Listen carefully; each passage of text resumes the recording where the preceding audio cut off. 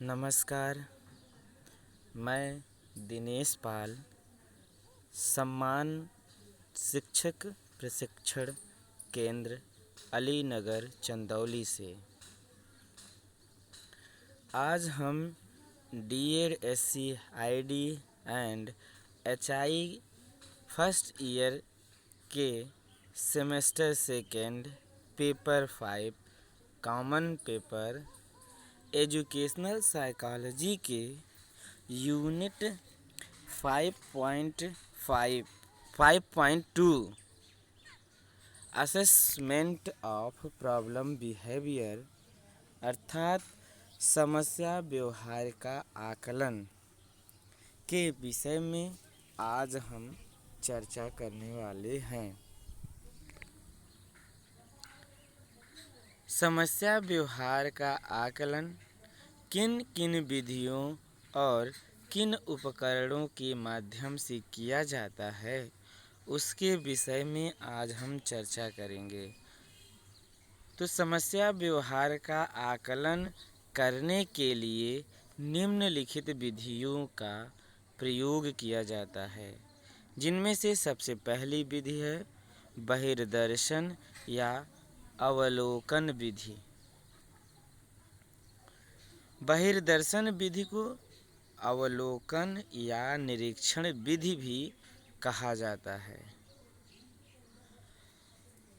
अवलोकन या निरीक्षण का सामान्य अर्थ है ध्यानपूर्वक देखना।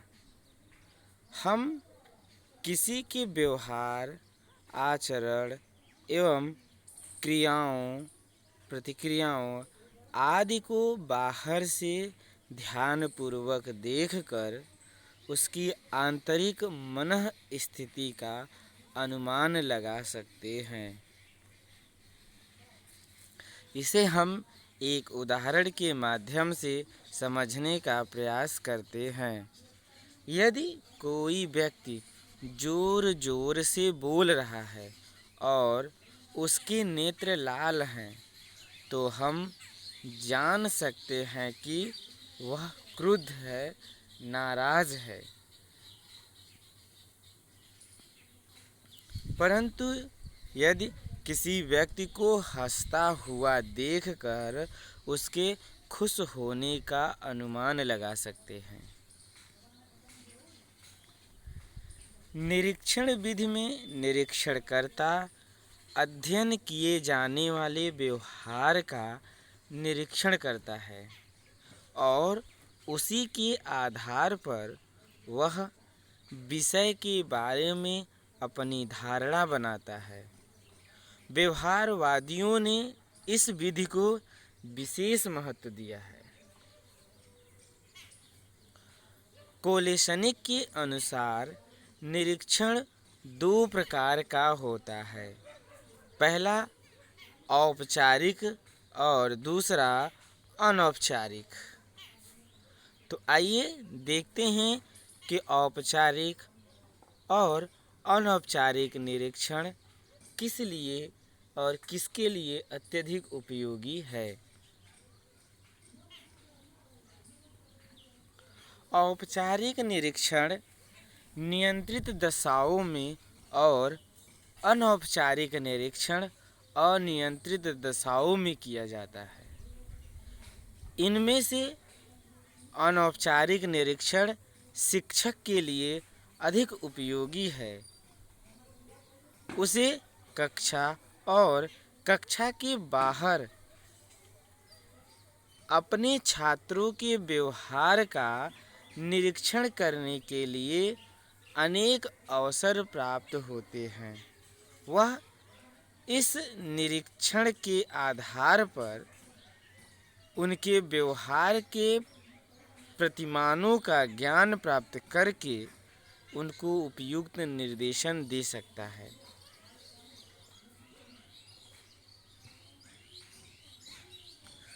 दूसरा है प्रश्नावली विधि। गुड तथा हैट के अनुसार सामान्यतः प्रश्नावली शाब्दिक प्रश्नों के उत्तर प्राप्त करने की विधि है, जिसमें व्यक्ति या बच्चे को स्वयं ही प्रारूप में भरकर देने होते हैं। इस विधि में प्रश्नों के उत्तर प्राप्त करके समस्या संबंधी तथ्य एकत्र करना मुख्य होता है। प्रश्नावली एक प्रकार से लिखित प्रश्नों की योजना बद्ध सूची होती है। इसमें संभावित उत्तरों के लिए या तो स्थान रखा जाता है या संभावित उत्तर लिखे रहते हैं। नेक्स्ट है साक्षात्कार।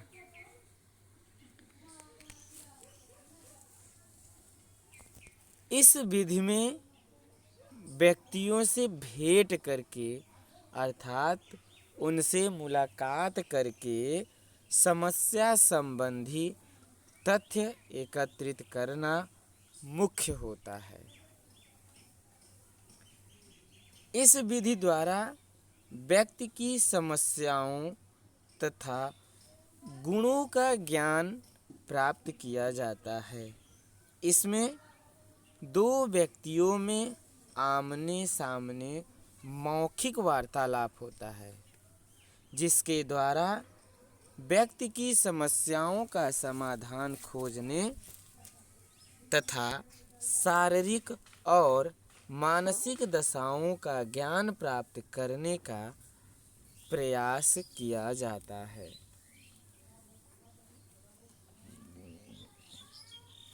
गुड एवं हैट के शब्दों में किसी उद्देश्य से किया गया गंभीर वार्तालाप ही साक्षात्कार है। साक्षात्कार की प्रक्रिया निम्नलिखित रूप से पूर्ण की जाती है। पहला है संरचित साक्षात्कार। संरचित साक्षात्कार को मानकीकृत साक्षात्कार भी कहा जाता है।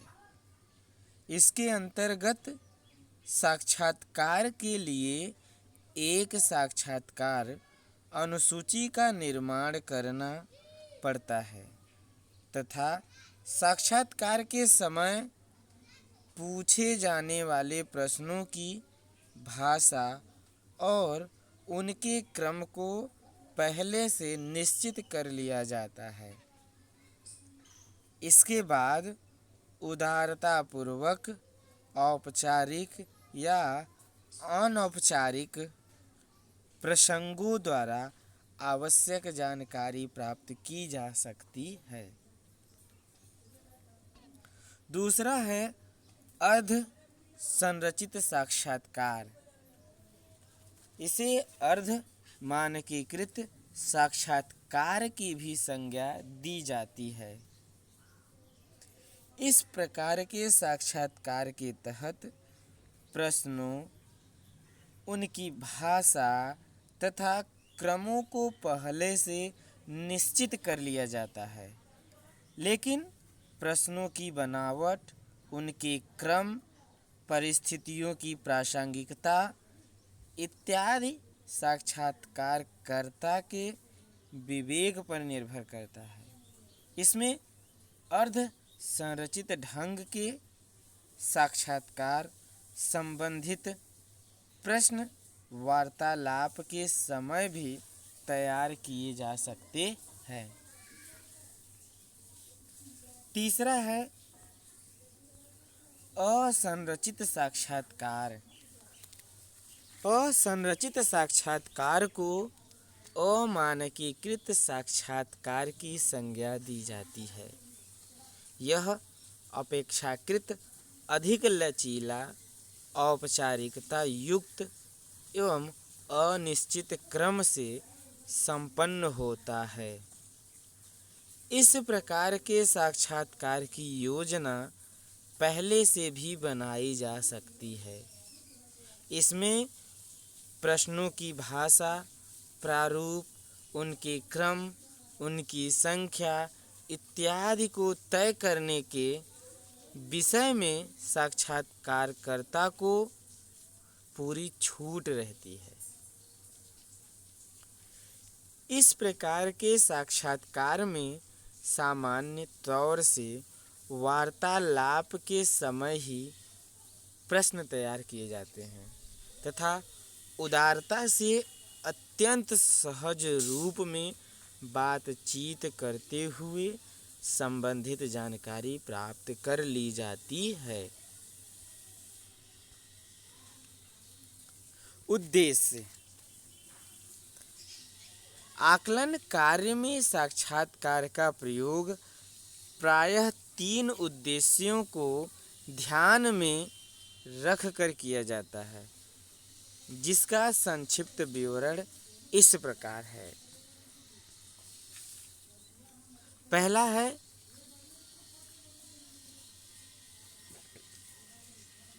किसी समस्या के विषय में प्रारंभिक जानकारी, शोध की परिकल्पनाओं के निर्माण हेतु आवश्यक साधन या शोध में परिभाषित चरों के पारस्परिक संबंधों की संभावनाओं से जुड़ी आधार सामग्री प्राप्त करने के लिए की जाती है। दूसरा है किसी आकलन के तहत एक गौण एवं परिपूर्ण प्रणाली के रूप में, जहां इसका उद्देश्य अतिरिक्त साक्ष्य उपलब्ध कराना होता है। तीसरा है शोध की समस्या के लिए आवश्यक सूचना सामग्री एकत्रित करना। साक्षात्कार में वैधता एवं विश्वसनीयता की वे सभी विशेषताएं अपेक्षित हैं जो किसी मापनी के लिए आवश्यक होती हैं। नेक्स्ट विधि है प्रयोग विधि। पूर्व निर्धारित दशाओं में मानव व्यवहार का अध्ययन।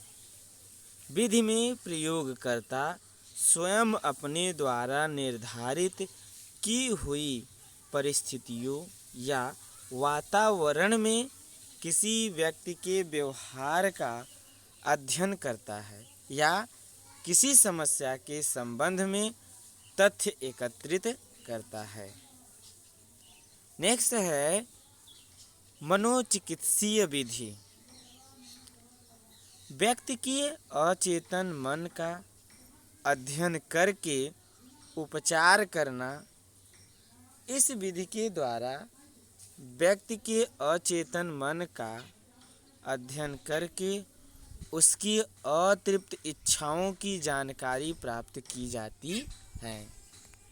तदुपरांत उन इच्छाओं का परिष्कार या मार्गांतरीकरण अर्थात मार्गदर्शन करके व्यक्ति का उपचार किया जाता है और इस प्रकार उसके व्यवहार को उत्तम बनाने का प्रयास किया जाता है।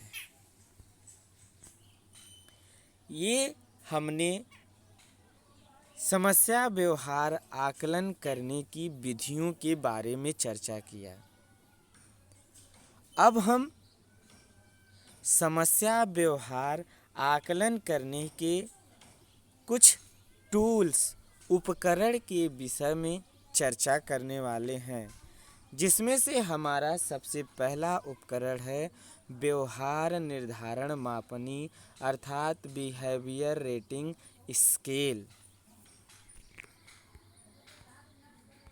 इसके विषय में हम चर्चा करते हैं कि यह होता क्या है। व्यवहार निर्धारण मापनी मानसिक स्वास्थ्य, शिक्षा और अनुसंधान में उपयोग किए जाने वाले सबसे पुराने आकलन उपकरणों में से एक है। ये पैमाने आम तौर पर समस्या व्यवहार, सामाजिक कौशल और भावनात्मक कामकाज का आकलन करते हैं। व्यक्तित्व विकास, अनुकूलित व्यवहार और सामाजिक भावनात्मक कामकाज के आकलन में व्यापक रूप से कार्यरत है।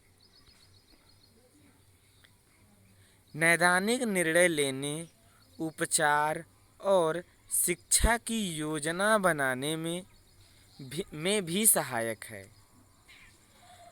व्यवहार निर्धारण मापनी से चिकित्सकों, माता पिता, शिक्षकों और अन्य लोगों से एक ग्राहक के लक्षणों और विभिन्न सेटिंग्स में कार्य करने के बारे में जानकारी प्राप्त करने में मदद मिलती है।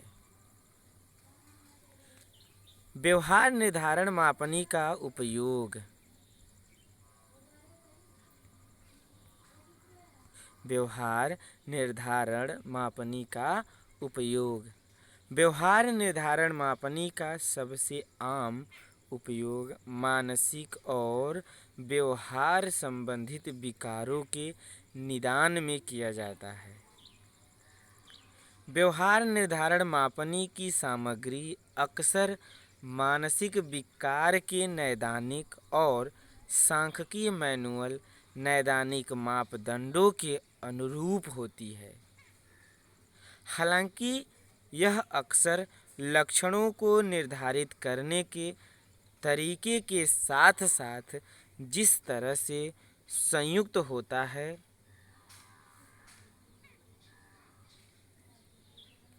उसी तरह से भिन्न होता है। इसका उपयोग हस्तक्षेप की योजना बनाने और उपचार के दौरान लक्षणों और व्यवहार की निगरानी के लिए किया जाता है। आइए हम एक और उपकरण के बारे में चर्चा करते हैं जिसे हम बेसिक एमआर, जिसका पूरा नाम behavioural assessment scale for Indian children with mental retardation कहते हैं।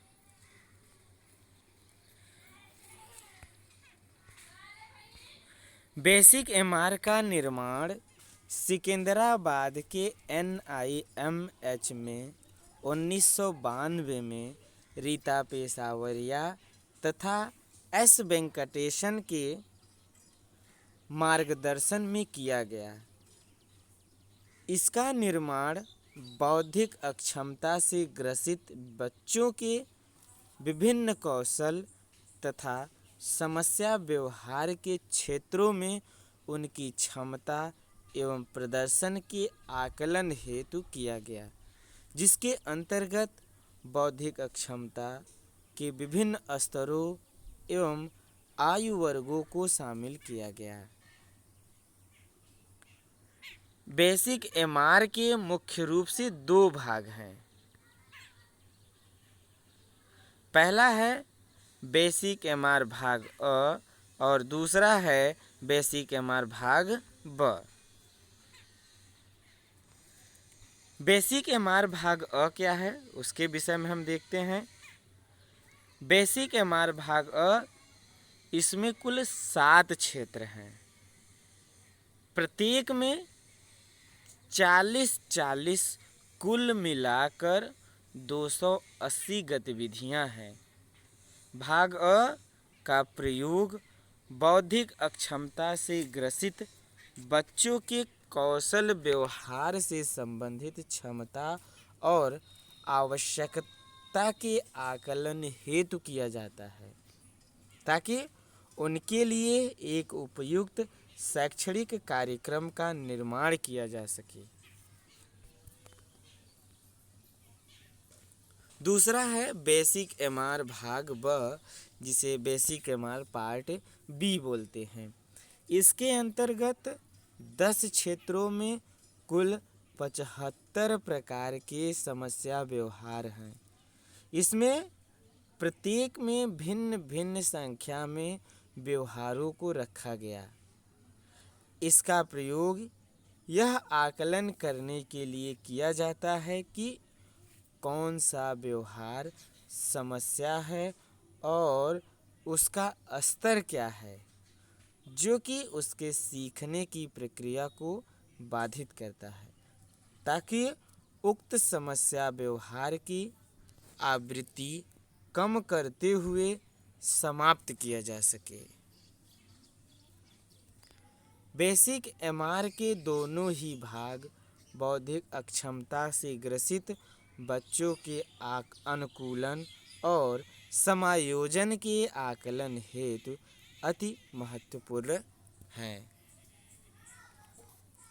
जैसा कि इस यूनिट में हमने देखा कि समस्या व्यवहार आकलन करने की कौन कौन सी विधियां हैं और हमने उसके दो मुख्य उपकरणों के विषय में भी चर्चा किया जो समस्या व्यवहार के आकलन में प्रयोग किए जाते हैं।